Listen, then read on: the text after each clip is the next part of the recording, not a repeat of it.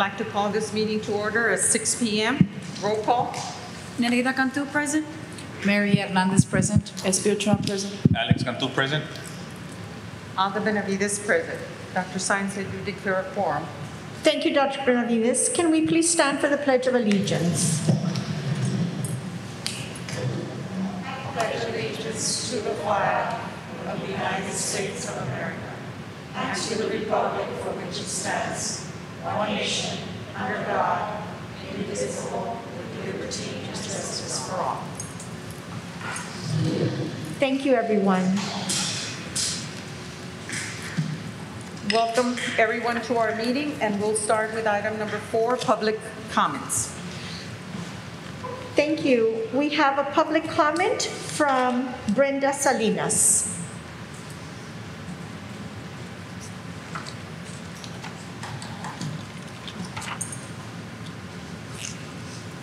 Madam President, I'm requesting additional time. You can have 2 additional minutes, Ms. Salinas. You know the rules. Mr. Munoz will keep tabs. Thank you, ma'am. Yes, ma'am. Good evening, Madam President, members of the board, Dr. Sainz, and members of the community. Once again, I come before you today to share with you the concerns of our members, concerns already addressed. However, as a courtesy, the La Jolla AFT family wants to remind you of the major public education issues, adding additional stress to our teachers, students, employees, and district family. Let's start thinking outside the box. Let's find solutions to make La Jolla ISD a fun, healthier, and safe, bullying-free environment. Let's embrace the attention and care that nourish everyone's soul. Health issues among our teachers, students, and community are on the rise. We need to take care of our district family by being proactive, provide a stress-free environment for all our students, teachers, and to every working employee. By working together, we can reduce insurance costs, FMLA, and employee burnout, just to name a few. Administrators need to set the example and stop being bullies and be more compassionate and understanding. The pandemic, has scarred our lives forever. However, we cannot continue to live in fear and without the understanding that COVID is not going away anytime soon. We must address and tackle these trying times by working together and rebuild the harm that the COVID pandemic has caused. Too many are near a breaking point, and we all can relate to this. So we need to show empathy towards others. Public education will rise again with the help of our caring and strong village. We need the entire village to make this happen. The school district needs to set clear work boundaries. So what can we do to help teachers, students, employees, as well as district families to avoid burnout? Let's allow them to reclaim their weekends, a weekend for rest and relaxation, time off to enjoy a full life of downtime, family time, hobbies. That means no paperwork, training, homework during the weekends. I think we all can relate to that too, that we love our weekends. If an employee or student is sick, they are entitled to take the day off to recharge, recover, and return to work, school fully charged with a positive spirit that will enlighten the lives of others. Public education should be a top priority in our district. If we want the best educators for our students, we need our policymakers to put our public tax dollars in our students' future. They deserve the best. Teachers and every school employee deserves a pay raise to keep up with rising living costs and inflation. And in closing, La Jolla ISD should continue to be the place to be. Madam President and members of the board, the La Jolla ISD constituents should be the ones to elect the leaders that will help us, help you restructure our district. In the words of a compassionate and wise leader that believed in democracy, John F. Kennedy, may his powerful message continue to resonate. Ask not what your country can do for you. Ask what you can do for your country. And so, our presiding leaders, ask not what your district can do for you. Ask what you can do for your district. Thank you. Thank you, Ms. Salinas. Thank you.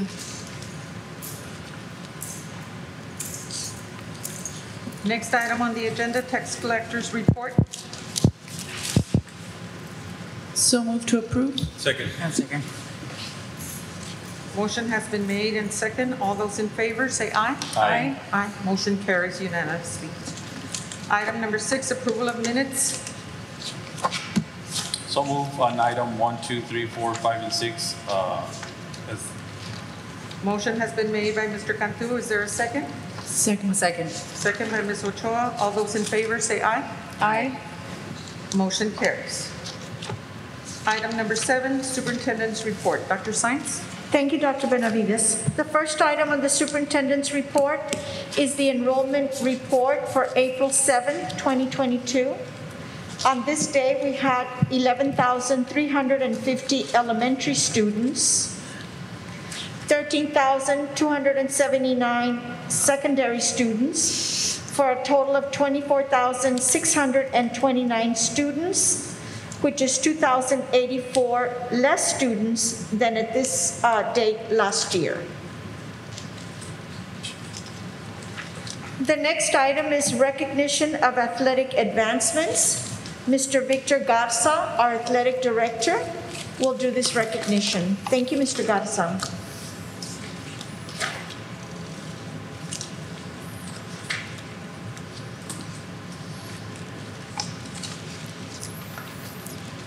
Good afternoon, Madam President, Dr. Benavides, Dr. Science, Superintendent, Board of Trustees, Administration, and our online community.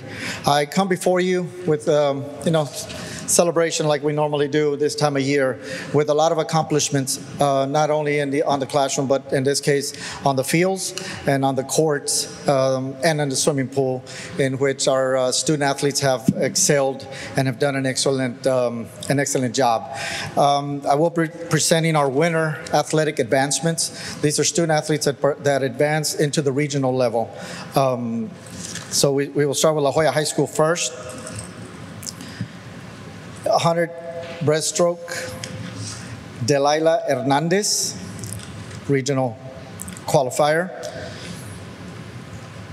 On the 400 freestyle relay from La Jolla High School, Natalie Munoz, she's a sophomore. We have Bethany Gonzalez, junior. Annalise Loide, a sophomore. And Paulina Caro, also part of that relay that made it into the regional level. On the boys' side, the 400 freestyle, we had Ethan Zamora, a junior. We had Angel Rios, a sophomore. Joseph Gonzalez, a junior. And Raul Gonzalez, a freshman. We congratulate them. They were regional qualifiers, second place in district, and represented their high school excellent at the regional level. Also, a regional qualifier, we have Mr. Jeremiah Leos, Jr. on the 100 breast stroke. Their coach is Coach Francisco Figueroa from La Jolla High School. We congratulate them. On the platform, we had Alexander Ramirez from La Jolla High School, first place winner and fourth place at regionals in diving. He's a senior. And we also had in our diving platforms from Palmview High School, Rigo Joe Escobar, third place in District 5A, and also a regional qualifier. Their head coach is our district diving coach, Coach Mark Bullard from La Jolla High School. Next, we have our wrestlers from La Jolla High School. We have Brandon Garza, district champion, second place at regionals, and state qualifier. Jesus Martinez, regional qualifier. Andres Ochoa, district champion, fifth place at regional, state qualifier.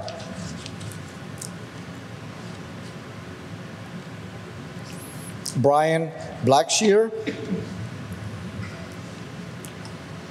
fourth place at district, regional qualifier.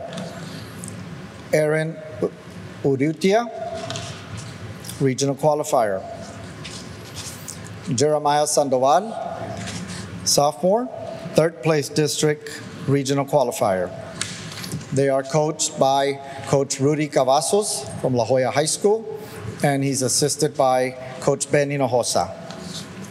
On the girls' side for La Jolla High School, we have Brittany de la Cruz, and all of these are regional qualifiers. Kimberly de la Cruz, second place in district regional qualifier. District champion, Margarita Fuentes. Melanie Garcia. District champion, Janisa Gonzalez. Fourth place at regionals, state qualifier. Delilah Hernandez. Kiara Ochoa, second place, silver medalist at district. District champion, Daisy Vega. Anaí Velasquez, second place finisher in district and regional qualifier. And their coach from La Jolla High School, Coach Christopher Hernandez, head coach, and he's assisted by Naomi Bentencourt. We also had our power lifters from La Jolla High School, second in district, 12th at regionals, Gabriela Flores. Freshman, first place in district, regional qualifier, Lenny Garcia.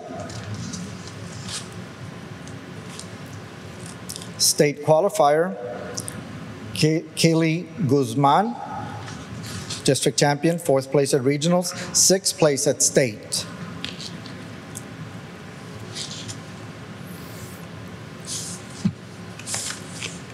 Their coach is Coach Andres Gonzalez, and he's assisted by Georgina Cabrera Rios.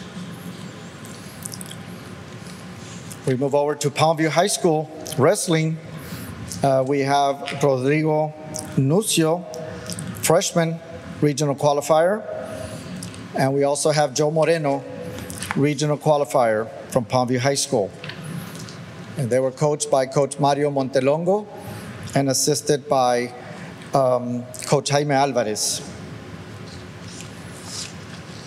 On the girls' side, we had state qualifier, district champion, Yvette Rojas.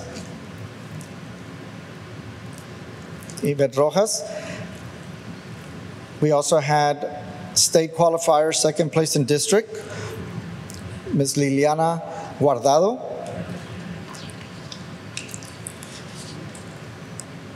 Debony Basaldua, regional qualifier. Vienna Martinez.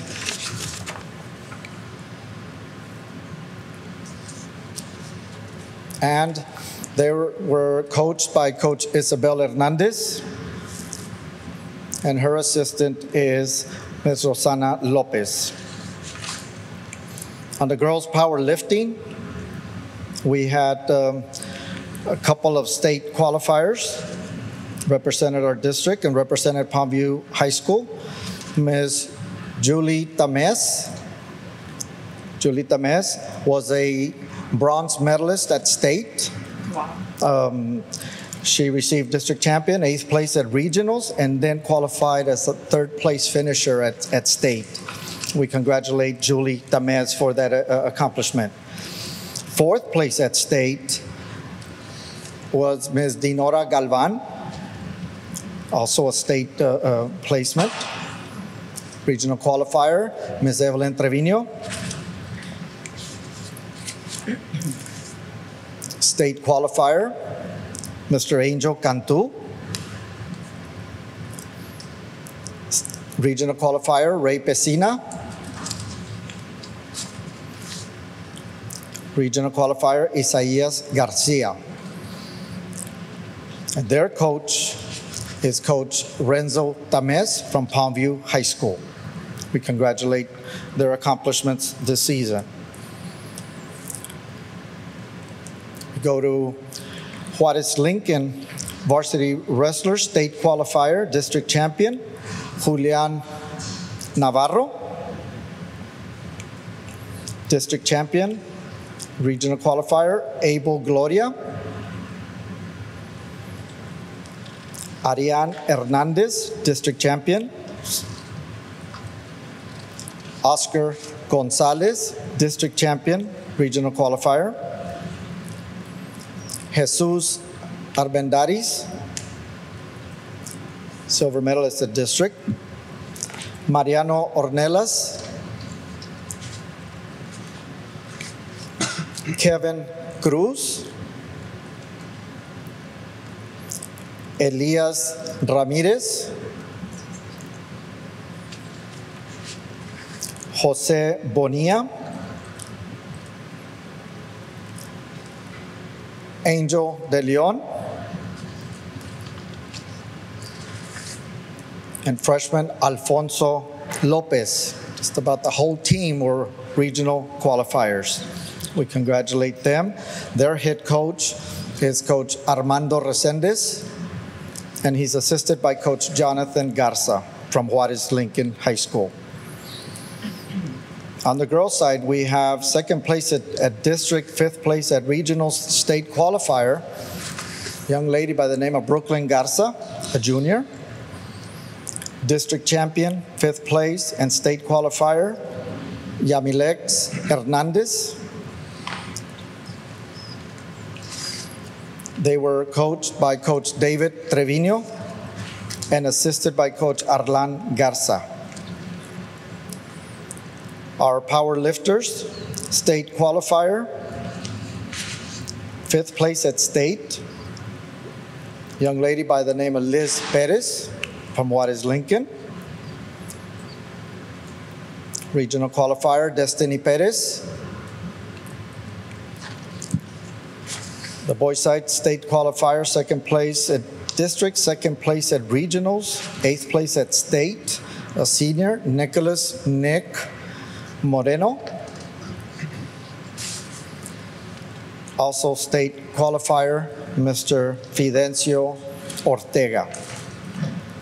Their head coach and completed his season before moving on to a new chapter in his and leading the Huskies. Coach Mark Gonzalez was assisted by Javier Tamez. This time, I want to thank our Board of Trustees, our upper administration, our superintendent for the continuous support to our student athletes. I want to thank Mr. Antonio Cano, Principal La Joya High School, Mr. Ricardo Estrada, Juarez Lincoln High School, Leonel Perez, Ms. Claudia Perez, Mr. Victor Rodriguez, Liana Lanice Herrera, and Tony Sanchez, a big team of administrators that are all part of our athletic team because all these students represented not only their campus, but also the academies that they also are in. So we want to thank them, and we want to thank you for your support and these accomplishments with our students.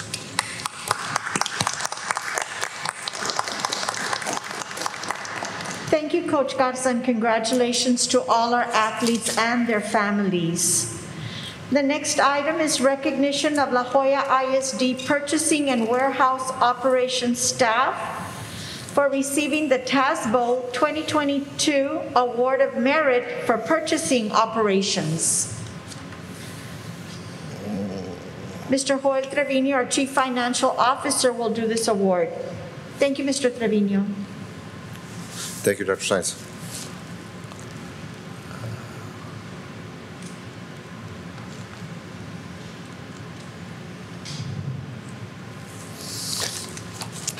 Good afternoon, Madam President, members of the board, Dr. Sainz, and community members present. Today, we will be recognizing the La Joya ISD Purchasing and Warehouse Operations staff for receiving the TASBO 2022 Award of Merit for Purchasing Operations. The Texas Association of School Business Officials, TASBO, has granted the TASBO Award of Merit for Purchasing Operations to La Joya ISD for the 12th year. This award is provided to school districts for their commitment in following professional standards in the acquisition of goods and services. In determining award recipients, TASBO reviewed various procedures and practices, including organization, policies and procedures, contract operations, staff training and certification, warehousing, use of technology, and communication. TASBA recommends promoting this achievement to our community to demonstrate the district's commitment to financial responsibility. The La Joya ISD is one of 58 school districts in the state receiving this award. So at this time, I would like to congratulate all the staff in the purchasing and warehouse operations for this achievement for the district. Okay. First, we have Mr. Romeo Gonzalez. He is the Assistant Director for Purchasing.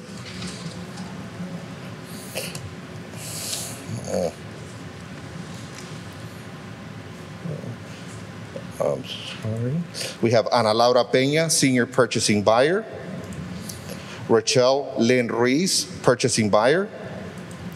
Denise Longoria, Executive Director's Secretary for Purchasing and Warehouse Operations.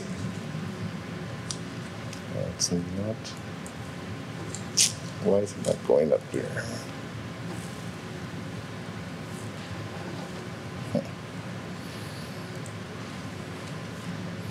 I'm sorry.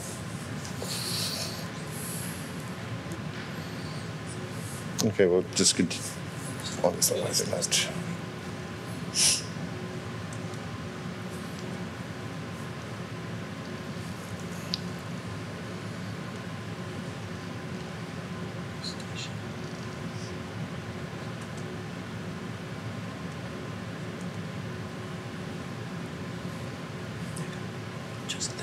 Okay.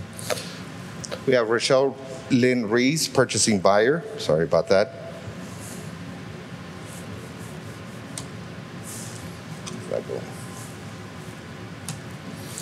Okay, we'll go. We have Rosaura Longoria, Purchasing Bid Clerk.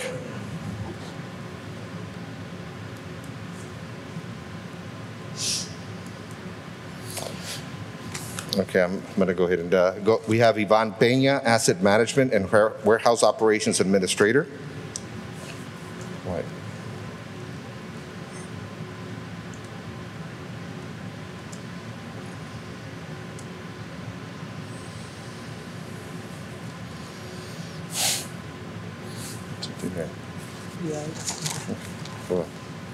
A ver. Edward Sanchez, Inventory Warehouse Operations Supervisor.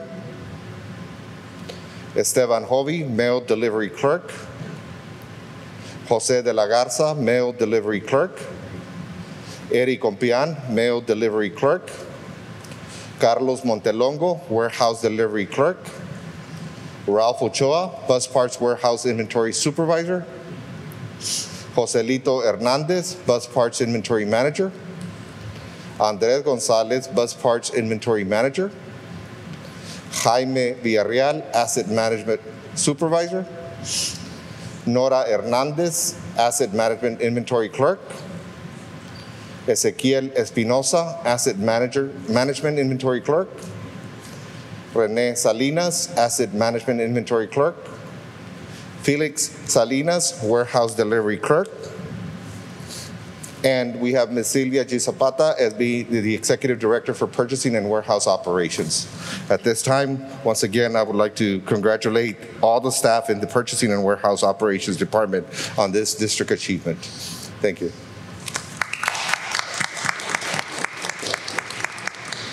Thank you, Mr. Trevino. The next item on the superintendent's report is recognition of La Joya ISD library staff. And this award will be done by Ms. Alba Salinas, Director of Library Services and Instructional Resources. Good afternoon, Dr. Science, Superintendent of Schools, Madam President, Dr. Alda Benavides, members of the board, administration, and that are here today and who is accompanying us obviously virtually. My name is Alma Dalia Salinas, and I'm Director of Library Services and Instructional Resources. And in April, we celebrate a diversity of great things. But today, I would like to recognize our La Joya ISD library team. Let me just make sure I have my video. I don't have pictures. I do have a video that I would like to share with you. I just want to make sure it's ready.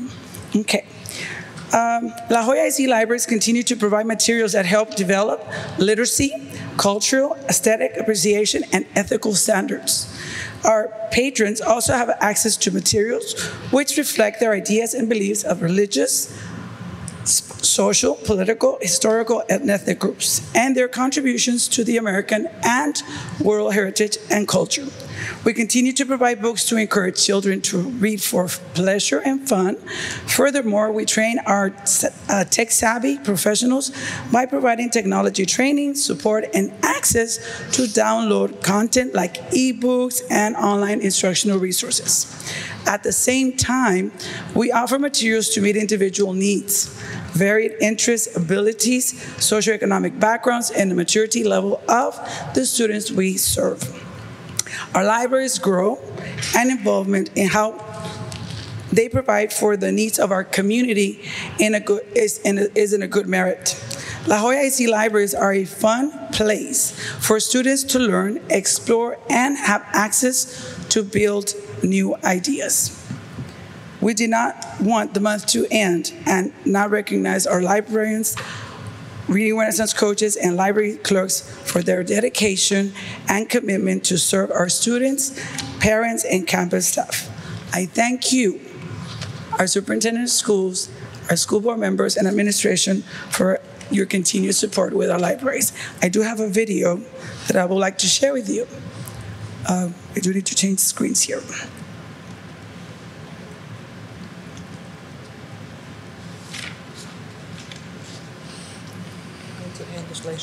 Yes.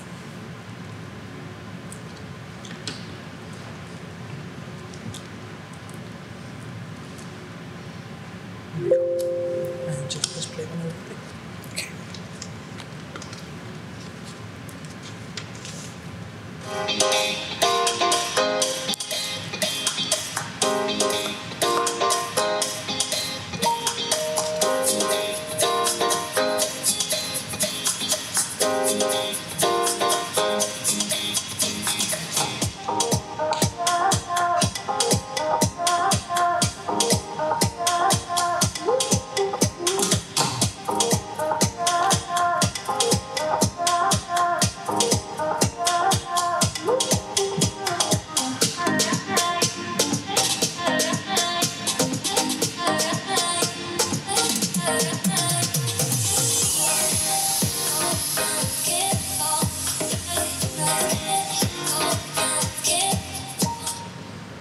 Thank you so much.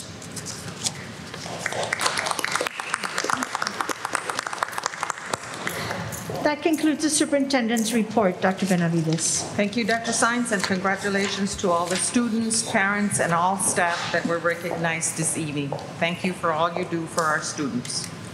Next, we have discussion items. Discussion number 1, discussion of La Jolla Independent School District PK3, PK4 multi-age program.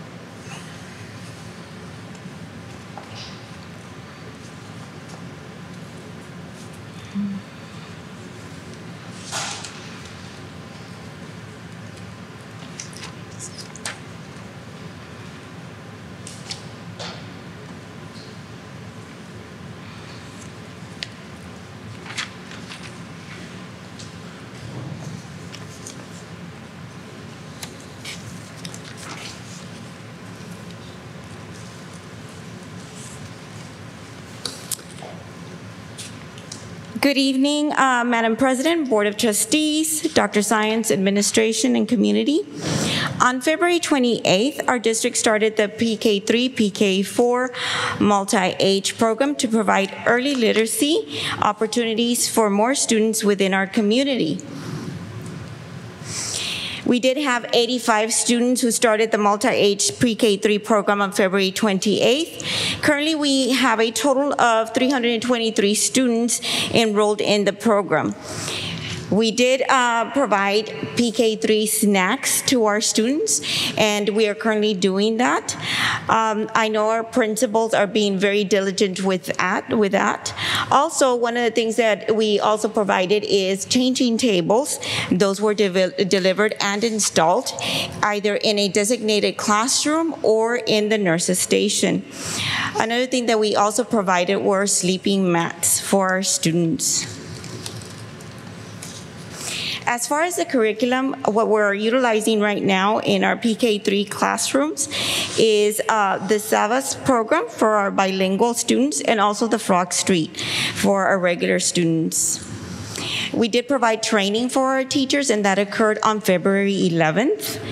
Another thing that we did is we provided printed resources, and those were delivered to our classrooms before February 28th. Another thing that we are doing is obviously we're providing support through our language arts coordinators, and they do have office hours that we offer to our teachers. That way we could go ahead and provide that additional support. As far as the schedules, our PK3 students obviously follow the same schedule as our PK4 students. We do offer small group instruction to our PK3 students as well. We have set aside 45 minutes. That way our students can go ahead and have 15 minutes of a nutrition lesson or a mindfulness lesson. And then the additional 30 minutes is spent for a nap time. Okay? When we're looking at the staffing plan, as you all know, we do have an 18:2 ratio, and that includes the teacher and the instructional assistant. And the board did approve back on February 9th a $1,500 stipend for the teacher. We do have standalone classrooms, but that's for the campuses that started the PK3 program back at the beginning of the year. And those campuses are Benson, Tabasco, Escandon, and Garza Elementary. We do have currently, it does state 37 multi-age classrooms, but we currently actually have 40, okay, multi-age classrooms. And just so you know, we do have 15 standalone classrooms. Okay? And those 15 are only at the campuses that you mentioned, Benson, Tabasco, Escandon, and Garza. That is correct, Dr. Benavides. And just so you know, I'm pretty sure you're wondering, what are multi-age classroom teachers saying, right? In speaking to our teachers, they obviously, it was challenging to start this program in February. But one of the things that they did share is they're glad that we did start the program. One of the things that they are saying is that they're amazed at how much progress the kids have made. That's one. They're saying that they are glad to have the kids in versus having them at home, that they're going to be able to use these kids as leaders for next year, right? The other thing, too, is one teacher in particular did state the fact that she had one kid that needed a lot of supports. And that child actually was identified as a special needs child. And she was just so glad that we were able to bring him in and be able to give him the services that he needed at such an early age. So, so she did share that story with me. And actually, that concludes my presentation. Do you all have any questions? No questions, just a very special thank you. This program is long overdue, so any parents out there that have 3-year-olds, we encourage you to send your children to La Joya ISD. Thank you, Dr. Villarreal, for your work and for all the staff that is working to make it work. Thank you. Next item on the agenda is discussion of technology purchases and infrastructure upgrades since March 2020.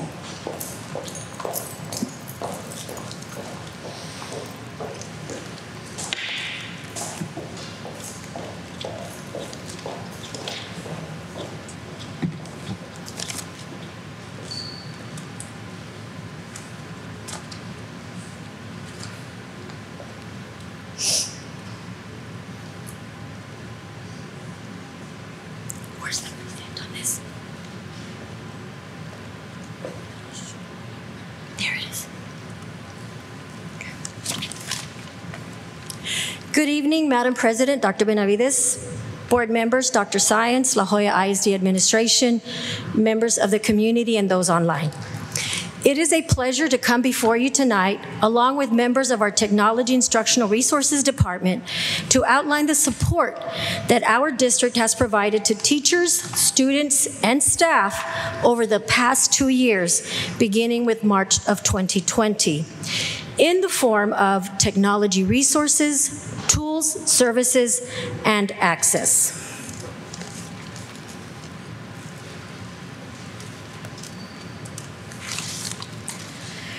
Utilizing technology to innovate teaching and learning practices, to integrate digital tools, to inspire students to thrive in a global society through collaboration, creativity, communication, and critical thinking is the necessity of today's students to have 21st century skills. The need for this, both in the classroom and outside of the classroom, has been amplified due to the pandemic. Surveys that were completed by campus principals and/or librarians have been utilized to provide technology tool supplies, resources, and to instructional staff and students. Quotes for all items listed were secured, tabulated, and board agenda approval received as deemed necessary. All guidelines in procuring technology tools and equipment were adhered to, and documentation provided prior to the actual purchasing of items. Technology equipment procured is received at our central asset management warehouse for processing and asset tagging. Items are entered into the TipWeb IT inventory software system for each campus for accountability purposes. Technology tools, supplies, equipment is issued to campuses and either delivered to the campuses or collected by the campuses, and a signed receipt of the items is secured.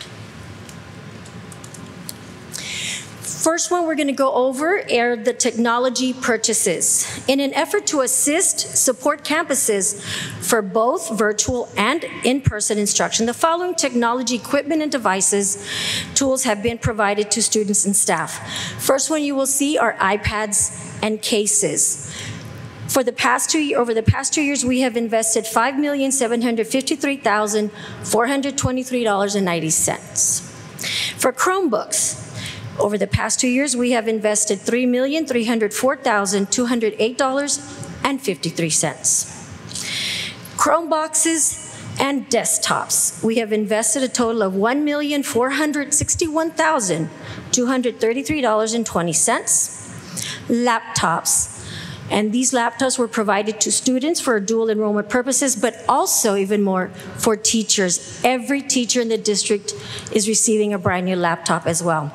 We've invested $3,412,579.38.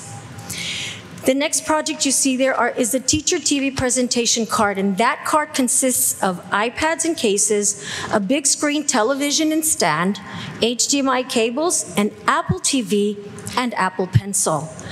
Together with elementary and secondary, we've invested $2,634,739.10. Happy to say that everything is at the campuses with the exception of 70 television sets that we're still waiting, pending on the vendor. District counselors also received some tools that consisted of a laptop, projector, scanner, document camera, headset, printer, and a presentation card for their lessons with students.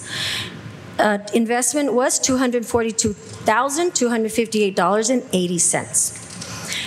The next thing, we saw that there was a need. We had a lot of technology devices, so we invested in device charging carts, charging cables, and of course blocks. Total of $494,700 has been invested in that.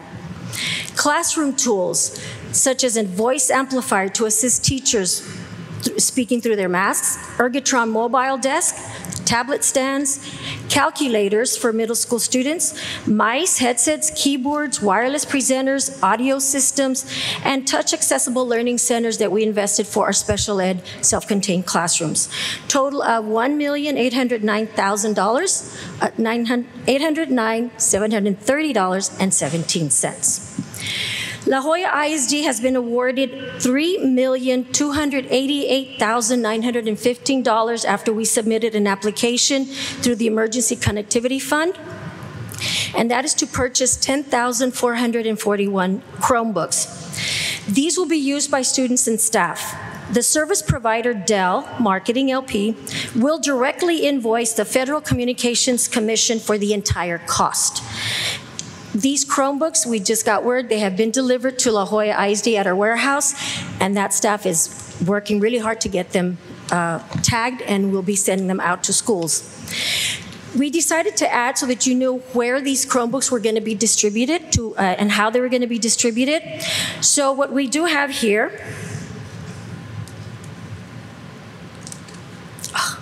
excuse me.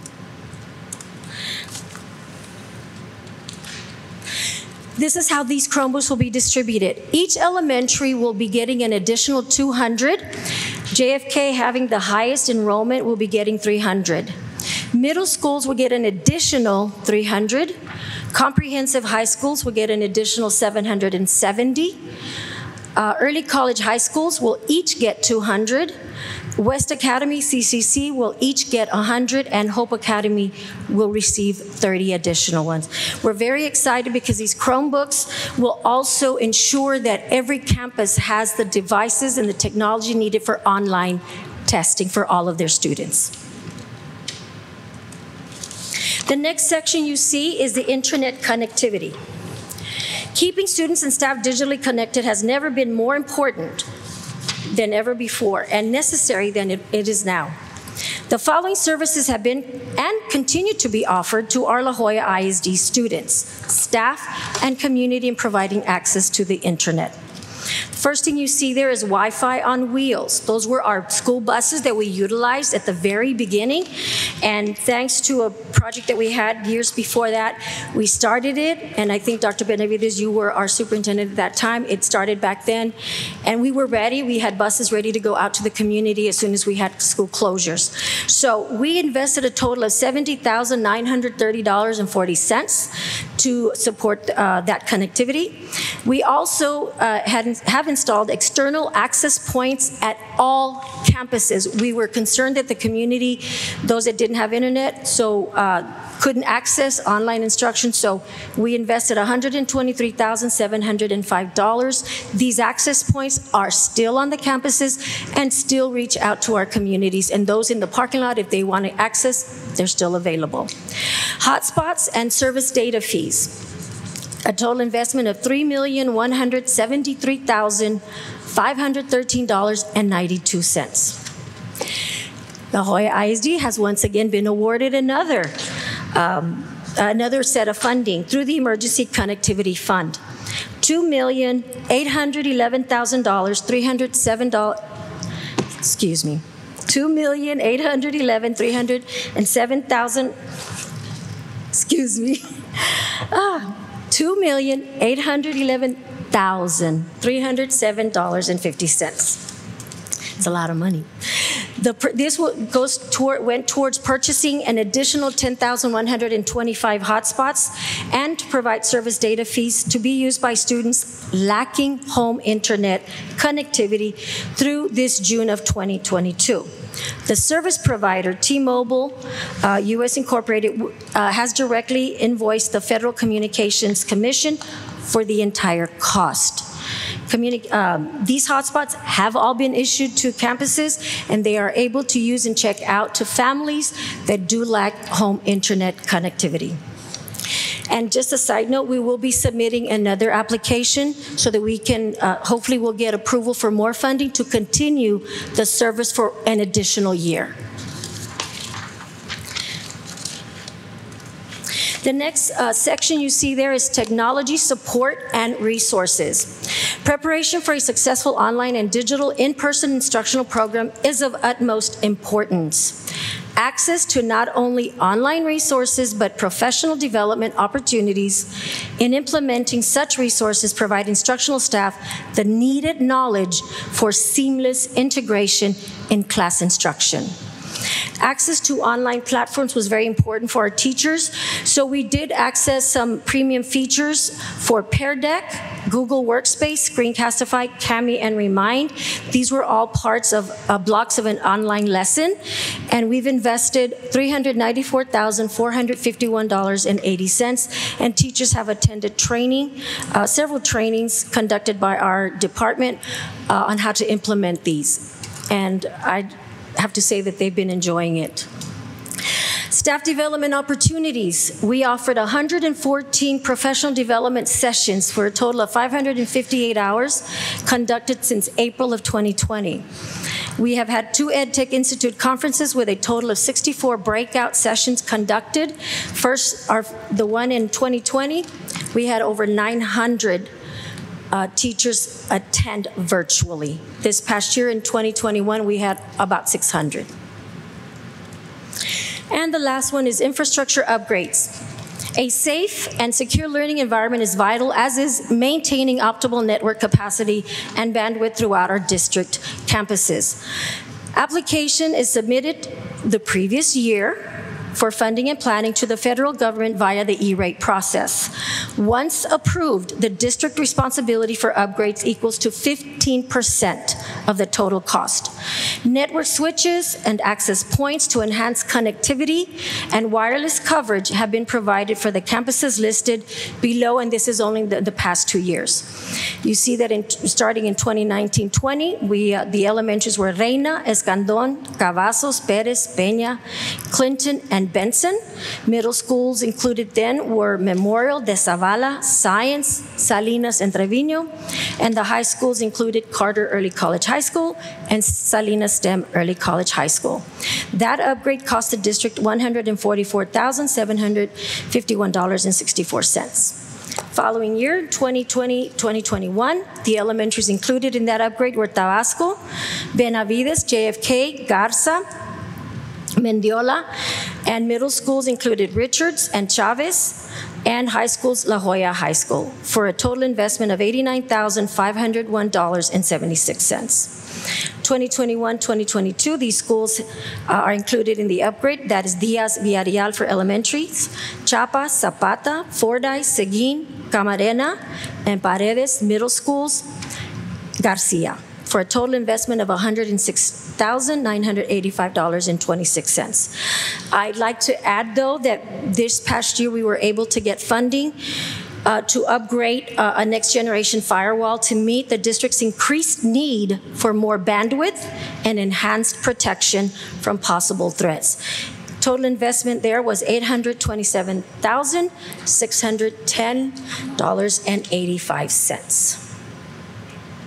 That does conclude, in a nutshell, all the purchases and services that we have provided our campuses and our staff. Any questions? No, I just have a comment. I would like to just thank your department.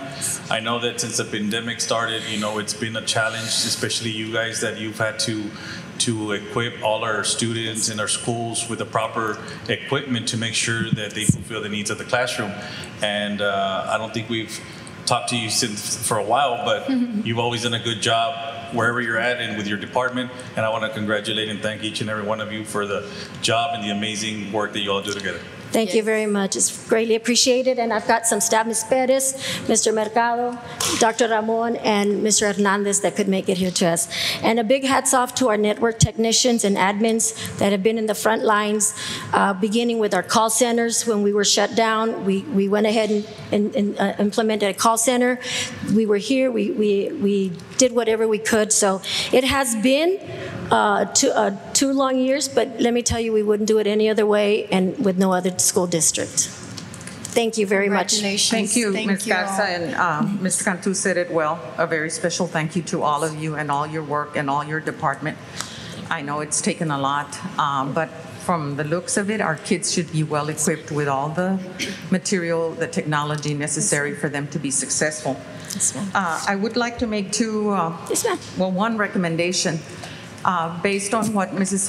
Salinas said on the teachers being tired and not being able to attend trainings because of their long hours in the classroom, that perhaps these last few weeks your department can just use to go visit teachers and provide support for them in the classroom, so that in case they have questions on any training that they may have had and may have not had a chance to try it because they've been so busy. Yes. But support, I know, in the area of technology is really important, and you guys are very good at doing that. So I would recommend that for the Absolutely. last few weeks of school. Absolutely. And then if you could do me a favor, Yes, I don't ma'am. want to, I know the principals, high school principals are really, really busy, but I heard this weekend that the Palmview High School Content Mastery Classroom has only 2 computers.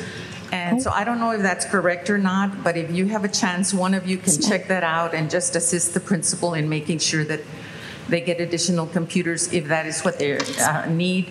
But that's what I was told this weekend. So thank you again for the work that you do, and thank you for equipping our kids with the best technology possible. Thank you, ma'am. And yes, and we have been with Ms. Bettis, we have been going to campuses and training teachers on that TV presentation card so they can get the best of it and teach from that power zone. And rest assured, ma'am, I will take care of that tomorrow. If I may say, Miss, I got to see firsthand. I was invited to some elementaries to do, I think it was World Read Aloud Day. And so I'm used to reading aloud, you know, with a book up here, but I kind of just asked them to direct me how they do it now, you know. And so they showed me this cards and this TV, and I was just so amazed. I was even distracted while I was reading because the clarity and the quality of what we have for our teachers is just amazing. So thank you again to you and your entire staff. Very welcome. It is completely a pleasure. Thank you. Thank you. I do have a question. Yes. Well, first, of course, to be commended, all of y'all have worked tirelessly long hours, so that. But with all the monies that you have received, does any of that go back? And you praised your technicians. Do you give them stipends of some sort? Because I know there's many long hours. So I don't know if you can utilize that to give back to them as they give to us. Thank you so much for that. But no, the funding we got was just for hardware and software? Yes. Yes, ma'am. Yeah, but we do acknowledge them. We bring them along. We do little celebrations, parades, and I think some of you were last year in the summer. Yes. We do it twice a year, just so that they can see the appreciation. And we honestly have an amazing group of technicians and my staff. We couldn't do as much as we do without them, and that's why they're here today. I wanted you to see their faces, and it takes a whole village of technology experts. But no, ma'am, we haven't been able to do that. Yes. Okay. Well, you have an amazing team because you're an amazing leader. So thank you. Thank you.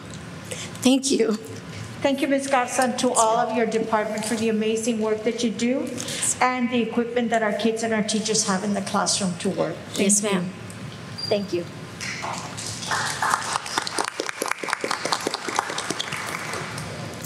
Next item is discussion of health textbook adoption.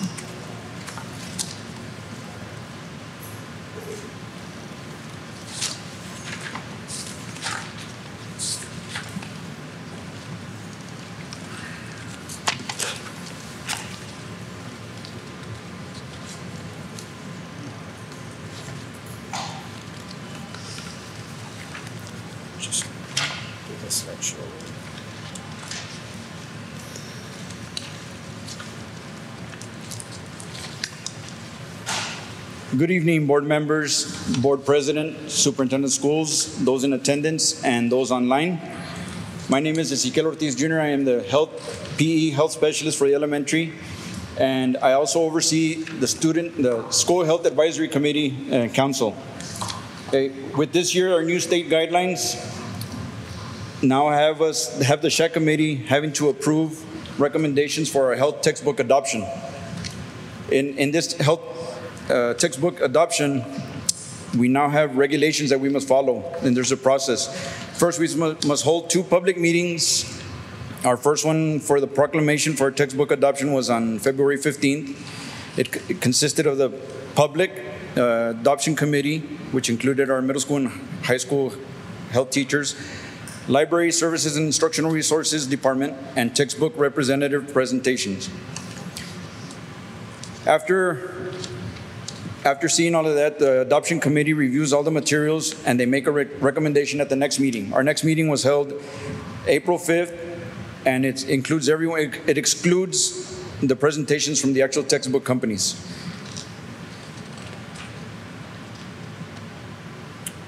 Once the committee recommends that, the SHAC must then approve or deny the recommendations, and that meeting was held on April 6th, 2022. And our SHAC committee did adopt the presentation that was done by our committee. And once it's approved, now we have to recommend to the board. And to recommend our presentation, we have Mr. Juan Guajardo. He's a health teacher coach from Jimmy Carter Early College High School, and he will be taking over from here. Good evening, Dr. Benavides, Dr. Science, Board of Trustees. I'm here just to give you information on the board, the recommendation of the health book. We're due for a new health book. The other health book we have, it's outdated. And there's a little bit of information that we've dissected of this new book. This new health book has a big idea. It's got information on prior knowledge, vocabulary, real life issues, main idea, a fitness zone, reading checks, lesson review, which are questions at the end of the session. It also provides for health. We got two books that we're looking for. There's a middle school health book, and then there's a high school health book. The first one would be the Glencoe Health, which is providing health students, high school students, with age-appropriate content. So basically what we did, we used to have a health book that was aligned from 6th grade through 12th grade. And this book will actually give us two health books that gives us their age-appropriate and their level of content. So some of the information of the Glencoe Health gives us is COVID-19 pandemic information. It's going to give us My Plate guidelines, nutrition labels, updates. It'll talk about alcohols, drugs. It'll talk about tobacco use, e-cigarettes, vaping within our schools. It'll talk about cyberbullying, privacy and online harassment. It'll talk about also STDs, STIs, HIV and AIDS. It'll also have a content on Aaron's Law, which is covering sexual abuse prevention to the students. And then it's also going to talk about human sexuality. There's a module on the side that talks about human sexuality, which is important for our students and for us to keep the level of teen pregnancies down. The teachers will get an access to an ebook, lessons, quizzes, activities. It'll actually be able to be handled online or be able to be downloaded for individuals that want it online and printed. It's got a variety of teacher resources, and we also have pre-made assessments, and also we're able to create our own lessons according to the level of the students' learning. This is a textbook that actually gives us, this is a separate textbook within the high school level. It is age appropriate, and it is talking about human sexuality. Any questions so far? So it also offers us a digital teacher center, which allows the student to work virtually, or it gives us the option to give the assignments online. This is actually, we can merge it within Google Classroom, and it can be accessed through Clever. And kids have found it easier now, being through the pandemic. We've learned how to work with online instruction, and it's helped us out a lot. The other textbook that we're looking at is the grade level 6 through 8. This is a recommendation that we've put in through the SHAC. This is age appropriate, and it's an application-based program for middle school health students that teaches 10 critical health skills, and it's aligned with the national health standards. It is also done by the McGraw-Glencoe Company, and they also provide us information on COVID-19 pandemic, tobacco, includes vaping, alcohol, drugs, bullying, cyberbullying, STDs, STIs, HIV, AIDS, and it also talks about Aaron's Law covering sexual abuse prevention, and it also gives us information on My Plate guidelines, and it also gives us an optional book on healthy relationships and sexuality in the middle school, and it is based on their level of grade level. They also provide them with a digital teacher center, which gives them the option to access the information from online. As a little bonus, they give us a fitness zone where some kids usually take 1 year of PE, and when they take the health class, they will continue working within the fitness zone, and they will continue working towards this. And it's in an ebook position. It's an ebook information, and it also gives us videos, podcasts, heart rate monitors, activities, and much more. This is a website that we access. We go to the mheducation.com, which gives us a digital platform for the students. Is there any questions? Just, do you feel comfortable recommending this textbook? Very excited for this book. When we came down to this decision of putting this book together, we wanted to put a book that was closely related to the lifetime health that we have right now. And it jumped in right, but with updated information. And that's why we're really excited. We've communicated this information with our health teachers and our PE teachers, and they've given us the green light and the okay to go with it. Good, that's what counts. Thank you. Thank you so much. Thank you. Just real quick, once this, if it is approved and later on through your meeting, this textbook will now allow us to update our curriculum as well, and we'll be using the textbook as part of our curriculum. So as soon as we get that taken care of, the faster we can go ahead and get ready for next year. Thank you. Thank you. Thank you so much for the work that you put in to get familiar with the textbook. We appreciate it. Thank you. Board of Trustees, there will be an agenda item to approve this health book adoption. Next item on the agenda is discussion on special election to fill vacant board seats. Good afternoon, Madam President, Board of Trustees, Dr. Sines, administration, and members of the community. With respect to the board vacancies, you will recall that earlier in the year, we had a resignation on January the 6th, and we had a second resignation on March the 3rd. Our actions in response to such resignations are dictated not only by the Texas Election Code, by the Texas Education Code, but also by board policy. All those bodies of law require and mandate that the resignations be filled by either appointment or special election during a uniform election date or cycle. Uniform election cycles are either in May or November.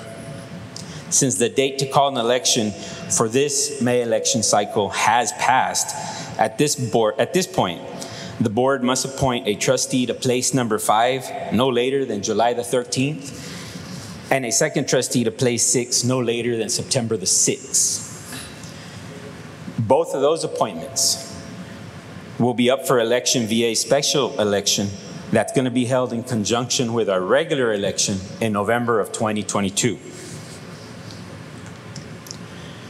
I want the board to keep in mind what we've discussed in the past. The appointment process can be as formal or informal as the board would decide, simple appointment, or it can be as formal as the board decides. You can accept applications, you can have interviews, you can have public forums, and then make a decision.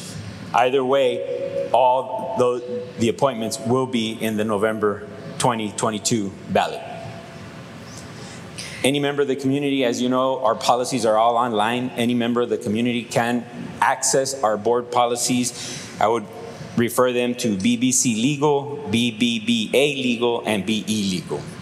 I would recommend that the board reserve their questions, legal questions, for executive session. Do I have any questions from the board at this time? I just want to ask when the deadline was to call a special election. You will recall that we did have an agenda set for March the 9th. At that point, it was on the agenda. It was on the agenda for appointment.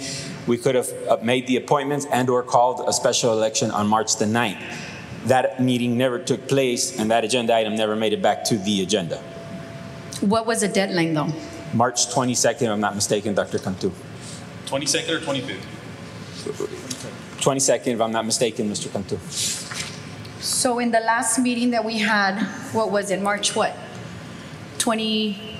I'd have to ask Ms. Because I'm just a little confused, because in the last meeting we publicly stated that we were looking into having a special election, or that's what at least I was looking for, and I believe others mentioned the same. And nothing was said that we had passed a deadline, or I mean, this is the first time I hear of any deadline that we've missed. Right. Well, actually, we didn't miss a deadline. It was on the agenda for March the 9th. We came back and had a meeting on March 23rd, and it was left off the agenda. Right, but I was never aware that there was a deadline. I thought, because all that I have been told, and this is just me, was that we had 180 days to either appoint or call a special election. So I calculated 180 days as July the 5th, so I never knew there was a deadline at all. Yeah, it's in our board policy. Our board policy dictates that you do have 180 days, but then thereafter that person has to be on the ballot on a special election, which would have to have been done that March 22nd that we had the board meeting. Since we didn't have a meeting, we can't have them on the May 5th or the May election. We have to wait till the November election. No, I understand that. It's very hard to understand why this information was given to us this past Friday at 5 o'clock when, if there was information shared, because my understanding is that this information was shared with certain board members and not all of us. That's the disappointment that I have, because we've been asking for a special election, and it's a beautiful thing about democracy that just because I request it doesn't mean it's going to go through.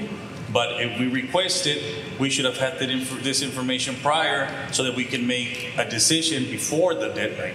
And if it wasn't shared with everybody, my thing is we are several board members here, several council, and at the end of the day, there has to be communication, especially on an issue like this, because the community is looking for transparency.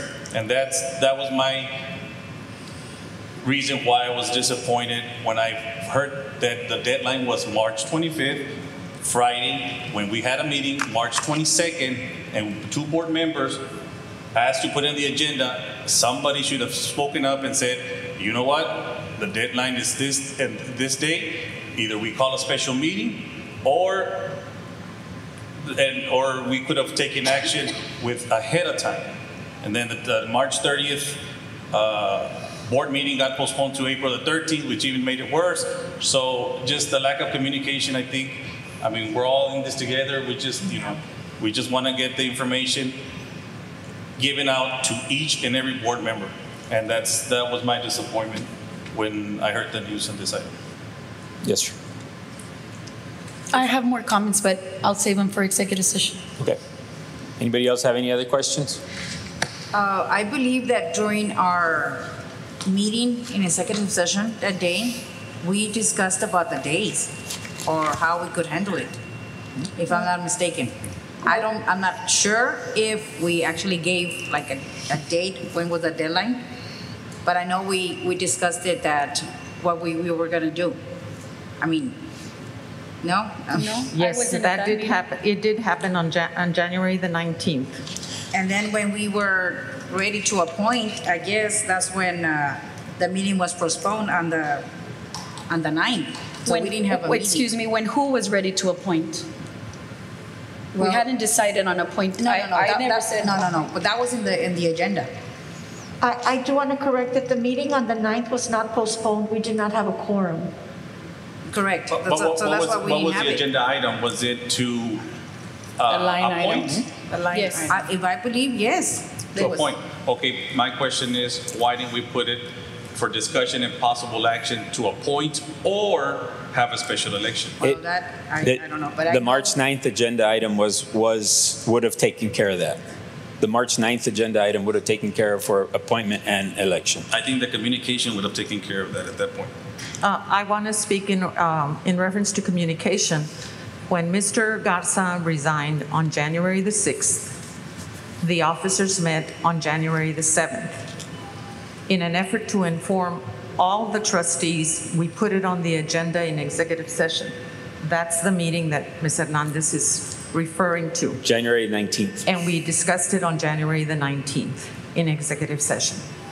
Correct. Just for clarification. Yes, correct. But never with a March 25th deadline. We were never told March 22nd. The only thing that was informed to us was exactly what Mr. Munoz just stated to us. Right. We as trustees probably lacked in going back to board policy and counting those days, because the only date that I had in my mind was the July date like you had. Right. So that's where we fail as trustees, that we didn't go back and look and say, well, what's the last day that we can call a special an election? But that we knew that the deadline was March 22nd, or that I knew, we don't. I didn't. We did not. So I want to clarify that. And I wanted to clarify that too, and it was in an effort. And Ms. Hernandez, I want to thank you, because she's the one that brought it up and said, so that all the board members know, we need to put it on the agenda in executive session, and we did on January the 19th, 2022. Correct. It was just that information was left out. That was never given to us, and my understanding is that there was a meeting after the second board member resigned, and that information was never shared with us at the time. That's not true. But I mean, again, it's about transparency, and we've even had public comments with, you know, our public, our community speaking out to what they want. At the end of the day, it's what we're trying to do. We're trying to keep transparent here and listen to them, and unfortunately, information was left out. And I just want to say that, you know, I've served long enough to know that in the past, if we really wanted to appoint someone, things were appointed really, really fast. And so perhaps we have been dragging our feet, but it's because we care dearly and love our district, and we want to do what's right. And we can't keep listening to our legal, and perhaps the communication hasn't been as clear, but I think we have one purpose, that we're passionate and we love this district and we want to do what's right. We don't have nothing in hiding, or we have a hidden agenda or anything like that. We want to do what's right, but for whatever reason, things are being seen differently, and we just need to keep focused. There's a lot of stresses amongst our district. Our staff, our admin continue working really hard. Today, Ms. Brenda Salinas stated, you know, everybody's burned out. We're trying to do that, and we just need to continue to work together as a team as we have been. And it's unfortunate that we didn't have the clear communication that we needed, because yes, we do want to hear the voices of our community, who we want to be here to represent them and be their voice. And the community will have an opportunity, because that's the way it should be. And for right now, we just need to continue working together and making sure that everything is met for our district. And yes, and communicate, because we continue, that continues coming to the table, the communication part. And it starts with us, to communicate with each other so that our vision, that vision that we have for our district, will excel and transfer towards everyone. Those are my personal thoughts. So we have to appoint somebody by July 13th, and then another one by September the 6th. That's correct, Ms. Hernandez. Okay. What are some of the procedures that we can do in order to actually, I mean, I know you said something about applications. Yes. Does something like that get as I said earlier, or? you can make it as simple as the board would like, a simple appointment, or you can ask the community for applications. You can have public forums. You can host interviews, question and answer sessions. It can be as formal as the board would like. Thank you. And they have to be appointed in those dates. And if we don't go by those dates, and if we don't appoint, it would be violation. Then we'd be violation. I know that Mr. Cantu and I had discussed earlier, and it was in March. It was in March when you called me, early March, and told me, well, we're okay. We're going in the right direction. We can, continue like this if we cannot agree on someone. But I know that the law says that by the July date, I had counted myself, and I thought it was July the 5th, but now you're saying July the 13th, but I just counted 180 days. You probably... I counted July 5th. I counted July the 5th, but that's okay. I mean, I trust you guys. But anyway, I know that we had that discussion, Mr. Cantu and I had that discussion, and we said, you know, we're doing okay, we're going in the same direction, we could continue like this. Of course, understanding, because you had told us on January the 19th that we had 180 days. So we have to appoint by these days. By those dates, correct. Okay, there is And no. if we fail to do so, we'd be in violation of the Texas Election Code and Education Code. Okay, so there's no waiver that we can do, or, No. I mean, since it's so close to the November election. No, the statutes actually make it mandatory. It says shall. Okay, thank you. All right, thank you. Thank you. Next item on the agenda is consent agenda. Is there anyone that wishes to pull anything on consent agenda out of consent? So moved to approve. Second. Motion has been made by Mr. Cantu, second by Ms. Ochoa to approve consent agenda. All those in favor say aye. Aye.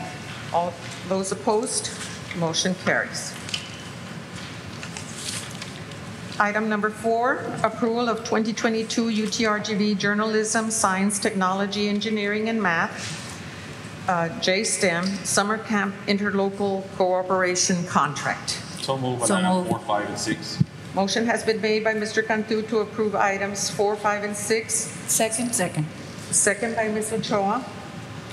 No, Ms. Hernandez. Ms. Hernandez? Or was it Ms. Yeah, Hernandez? it Or was at the Ms. same time. What? That's okay. Yeah. I heard both of you. So, okay, I'll change it to Dr. Cantu. Motion has been made by Mr. Cantu and second by Dr. Cantu. All those in favor to approve items 4, 5, and 6, say aye. Aye. Aye. Motion carries. Under Business and Finance, we move to number 9, approval of change order number 1 for La Joya ISD Rosendo Benavides roof and building envelope renovations. I just have a quick question on that item. It's actually it's a credit, right? But that's in Yeah. 10. Yes, it is a credit. That's Yeah. for item 9 and 10, right? Yes. Yes, sir. Yes. It's a credit. We had an allowance in that project, so that was the money that was left over in the allowance, so it's a credit back. On both items, 9 and 10? Or just 10? Both 9 and 10. So moved, item 9 and 10. Second. Motion has been made by Mr. Cantu, second by Mrs. Hernandez. All those in favor to approve items number 9 and number 10, say aye. Aye. Motion carries. Item number 11, discussion and possible action on ranking of competitive seal proposals for La Joya ISD ESSER funds, JFK and Tabasco Elementary Schools HVAC upgrades. On this item, before I make a motion, I'll make the motion to go, but can we have a little discussion on it? I know that this is just to get the bids going, or is it to get the engineers? Let's make a motion and approve, and then we Well, can discuss, I'll make the okay? motion. Okay, motion by Ms. Hernandez. Do I have a second? Second. Second by Ms. Ochoa. Let's discuss this item. Thank you, everyone. So this, to answer your question, Ms. Hernandez, the engineers already approved and had worked already on the project, on the design. So this item is actually for the contractor to do the work. So we got 3 proposals from 3 different companies. We did the ranking, and this is what we're taking for you today, is the approval of the highest ranked bidder. And there's another item for permission to negotiate. Thank you. Any other questions? If there's no other question, then all those in favor say aye. Aye. Aye. Motion carries. Dr. B, Monday. can we go back to contracts? I was just asking Mr. Cantu, because usually I take who moves. For 15 and 16 and 18, did we make a motion? Did we pass those 3 items? Under contracts, 15, 16, and then under instruction and student services, approval of health techs adoption? Because I just heard 4, 5, and 6. I don't have that.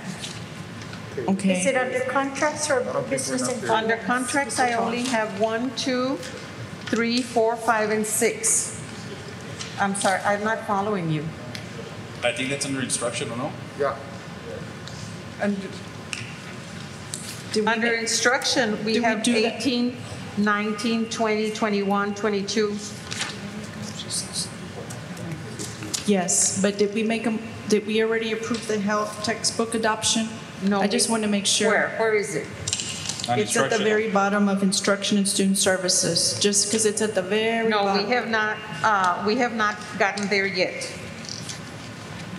We'll get there in a little while. We still need, we're on number 12. I've got the pages. I've got the pages. We're on business and finance. Yeah, we're going to do business and finance, number 12. Okay, sorry about that. That's okay. At least you keep us on track. No problem. We don't want to forget that health textbook after those guys did such a good job. Yes, thank you. Okay, let's do number 12. Discussion and possible action on authority to negotiate contract with contractor offering best value to the school district based on the published criteria and on ranking evaluation of competitive seal proposals for La Joya ISD, ESSER funds, JFK, and Tabasco Elementary HVAC upgrades. So move. I'll second that. Motion has been made by Mr. Cantu, second by Ms. Hernandez. All those in favor say aye. Aye. Aye. All those opposed, motion carries. Number 13, approval of proposal submitted by DBR Incorporated Engineering Firm to oversee the La Joya ISD ESSER 3 funds HVAC project phase 2. I just have a quick question because these are all HVACs. I saw in the notes, I don't know which page it is, but it talked about the Performing Arts Center redo the HVACs. Didn't we do that project maybe a couple of years ago? Yes, but what we did, we replaced the chillers. This project is to replace all the air handlers that are inside the building. Oh, that's true. And on the roof. If you could tell us, Mr. Villarreal, what, which ones are included in that one for number 13? Number 13, it is Clinton Elementary, Ibirreina Elementary, Escandon Elementary, and J.D. Salinas Middle School. Why is it Clinton way more than J.D. Salinas and all those? It's just a different scope. At Clinton, we're proposing to add a new chiller plant to introduce outside air into the building. So it's a lot more, of course, more equipment and more labor. So that's why there's a cost difference. And for J.D. Salinas, it's mainly for the admin area that we were having issues with. So that's going to take care of that. So we're not redoing all the ones that needed the upgrade? We're just doing sections? Yeah, so back when we first started the study, we did put priority on what was needed as far as indoor air quality and comfort. And so from that list, that's how we created these. And at the Facilities Committee, we recommended that the schools be given priority, that all the schools first. Of course, we included the fine arts because it includes a lot of student performances, but that the schools be priority. Any other questions on number 13? So move. Motion has been made by Mr. Cantu. Do I have a second? I'll second that. Second by Ms. Hernandez. All those in favor say aye. Aye. Aye. Motion carries. Number 14, approval of proposal submitted by Ethos Engineering Firm to oversee the La Joya ISD ESSER funds HVAC project phase 2. Do I have a motion?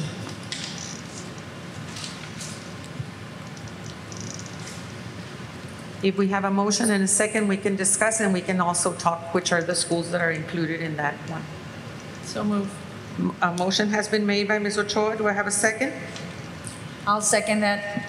But could you briefly just explain why we have so many engineers and just, just for the record, to have all the campuses that they're going to do?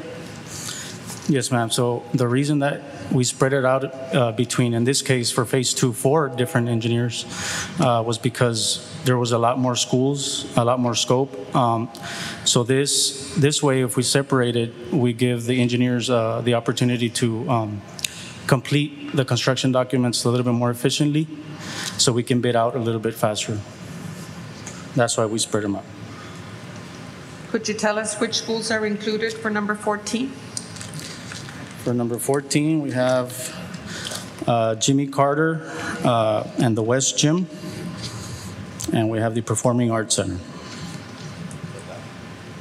And these are estimated amounts. Any other questions on number 14? A motion has been made by Ms. Ochoa and second by Ms. Hernandez. All those in favor say aye. Aye. All those opposed? Motion carries. Number 15, approval of proposal submitted by MEP Solutions Engineering Firm to oversee the La Joya ISD ESSER 3 funds HVAC project phase 2. So move. Motion has been made by Ms. Hernandez, second by Ms. Ochoa. Are there any questions? Just to include which ones are the ones. And if you could tell us, Mr. Villarreal, which schools are going to be included in this group? Yes, ma'am. It's Fordyce Elementary. It's going to get full controls, DDC controls, and the natatorium, changing out the equipment for the actual water park, indoor water park area. We're going to change out that equipment so it can synchronize, be able to synchronize with the boiler because we have some humidity issues in there. So this new equipment is going to be special equipment just for natatoriums. Any other questions? If there, Ms. Hernandez, you have a question? Yes, I have a question. Since we're having so many engineers, because there are different projects, we have to make sure that we really work very close with the engineers, and every time that they submit for a payment, that we actually go out there and see that the quality that they're putting in there, it's actually the right one. Okay, we just, I mean, we're really investing a lot of money into this project, so we really need to, you know, check ourselves and see that is being verified by the contract and whatever we bid on, that's what it's being installed. So, like I said, you know, just precaution, you know, just have somebody from the department go with the engineer and actually look at those details. Yes, ma'am. Thank you for that. Thank you. And I know we've in the past had weekly meetings with engineers, so, you know, make sure that you have those weekly meetings and you stay up to date with what has been done. And that way, when we do get a payment, we'll know that you've followed it through in the process, because it is a big project and a lot of money. Yes, we will. Number 15, a motion has been made by Ms. Hernandez, second by Ms. Ochoa. If there are no other questions, all those in favor say aye. Aye. Aye. Motion carries. Number 16, approval of proposal submitted by Sigma HN Engineering PLLC firm to oversee the La Joya ISD ESSER 3 funds HVAC project phase 2. So move. Motion has been made by Ms. Hernandez. Second. Second by Ms. Ochoa. Are there any questions? Mr. Villarreal, if you could tell us which schools are included. Yeah, so for Sigma Engineering, for this item, we have Zapata Elementary and Juarez Lincoln High School. For Zapata, we're installing new air handler units and a new chill water plant. And for Juarez Lincoln, we're proposing to replace the cooling towers next to the chill water station.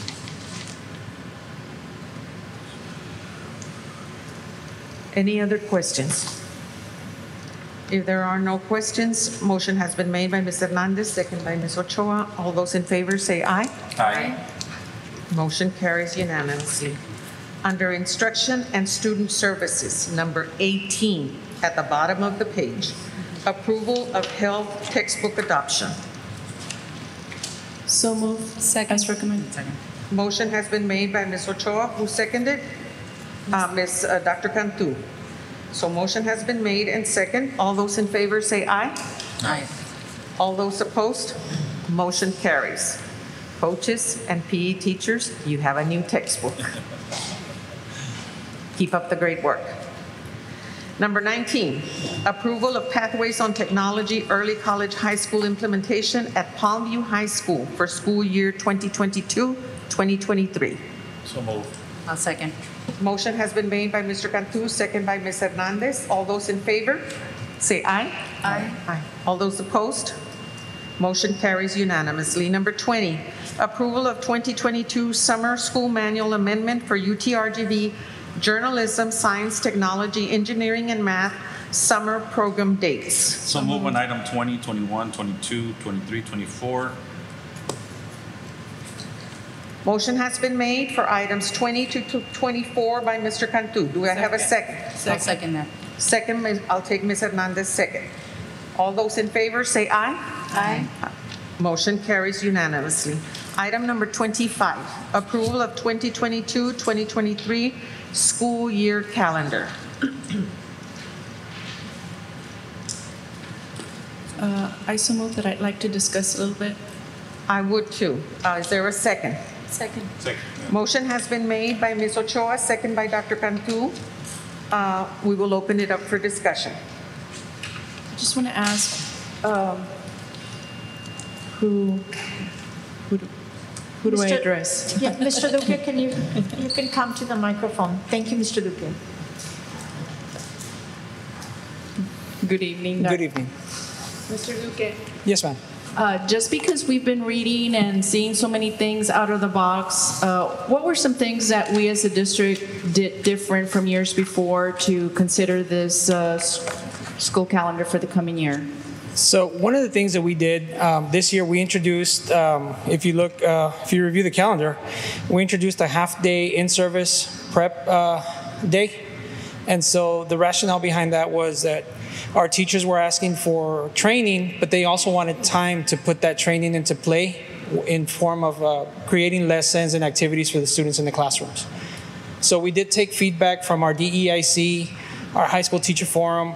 Anytime I did a campus visit, one of the topics that I would bring up with teachers was calendars, what they wanted to see in the New Year's calendar. So how many in-service / preparation days do we have? We introduced 2 days, one in the fall and one in the spring. Dr. Benavides? And I know at a previous meeting, I had also asked to see if there was any way that we, based on the number of minutes that we have, if there was any way that the teachers didn't have to make up their Monday and Tuesday of Thanksgiving week and that they could still enjoy the whole week off. Was that looked into and is that included in here or is it still the same where they have to make up Monday and Tuesday? Yes, Dr. Benavides, we did have that discussion. And collectively as a calendar committee and in discussions with the EIC, there's a lot of value in our TEP days. And that's just something that principals and teachers wanted to keep. We did create a version of the calendar with those calendar days as holidays, which is the Monday and Tuesday of Thanksgiving. However, again, the teachers and the principals' feedback was that they valued that TEP day. That's how they grow. And I think one of the reasons was also the required number of days that teachers have to work. That is correct.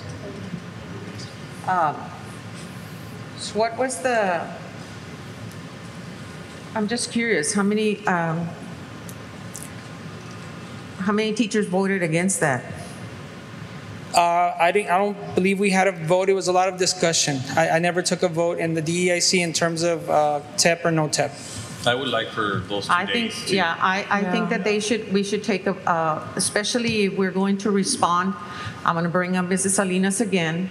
If we're going to respond to our teachers and how burned out they are, and I think that 2 additional days of really being off, I think that I understand the value of TEP because, I mean, it started when I was here, so even when I was curriculum and instruction. And I think it's very, very good. But I think that our district does an excellent job of providing staff development regardless. And I think that allowing our teachers to just have a week off during Thanksgiving and not have to worry about making it up, I think to me would be of really great value to the teachers. And they're still going to get a lot of staff development opportunities. We saw it with CLAM. and we see it with every department. I agree, especially with the times the time they're putting on. I mean, I know some schools doing tutoring after school every week, so it's like I think those 2 days would really be beneficial to all our staff. I'm going to make a motion that we postpone this item and that we ask the teachers to vote to see if they want the 2 days off without having to make them up. Second. And I'll second that. Motion has been made by myself and Mr. Cantu second that motion. All those in favor say aye. Aye. Motion carries. Thank you.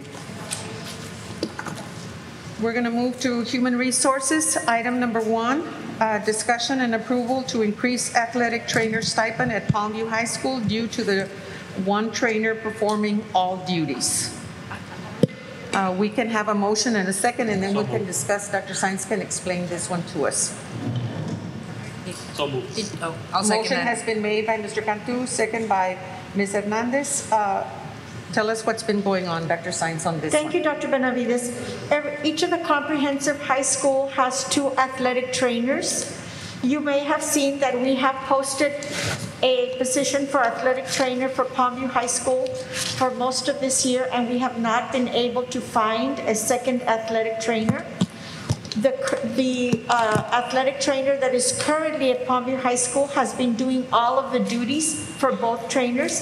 And so this item will allow us to pay that trainer the stipend for the other one since he has been doing the duties for both. Any questions on this item? I'm just maybe just a comment.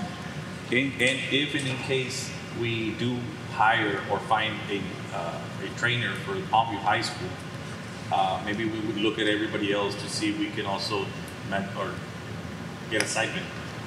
They do get a stipend. They all get a stipend. Okay. And that's what we're recommending here, that the stipend for the second one be, for the one that we do not have, be given to this trainer that has been doing the duties. Okay.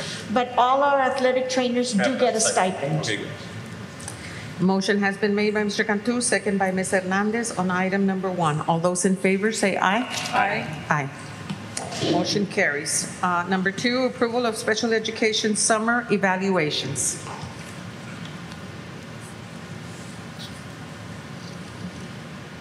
Do I have a motion? So moved.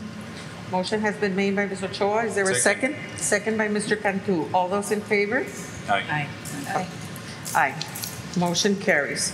Item number 3, discussion and approval of elementary secondary school emergency relief ESSER 2 staff retention stipend. So moved. Second. Motion has been made by Mr. Cantu, second by Dr. Cantu. Dr. Sainz, if you'll tell us the details of this Yes. retention stipend. Thank you, Dr. Benavides. The cabinet has looked at our ESSER 3 budget, and we have studied it and identified additional funds that we can use to pay our employees a retention stipend for the 22-23 school year. And what this calls for is that all employees will receive a $2,500 stipend, which would be payable in August, $1,250, and we would pay an additional $1,250 in December. This will be a total cost for 4,200 employees of $10,500,000.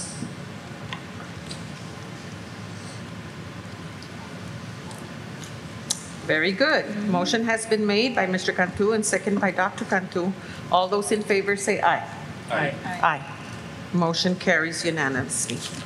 We will go into executive session under items section 55.074, 55.071, and 55.072 at 7:38 this afternoon. We're out from executive session at 10:16.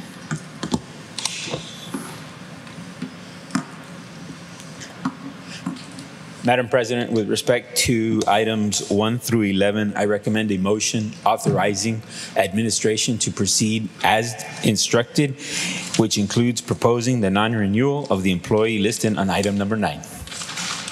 So moved. Motion has been made. I have a second. Second. Motion has been made and second. All those in favor say aye. Aye. Aye. Motion carries.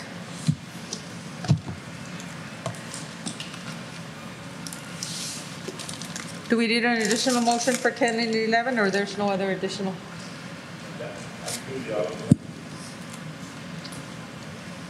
Well, number 10, I don't think so, but number 11?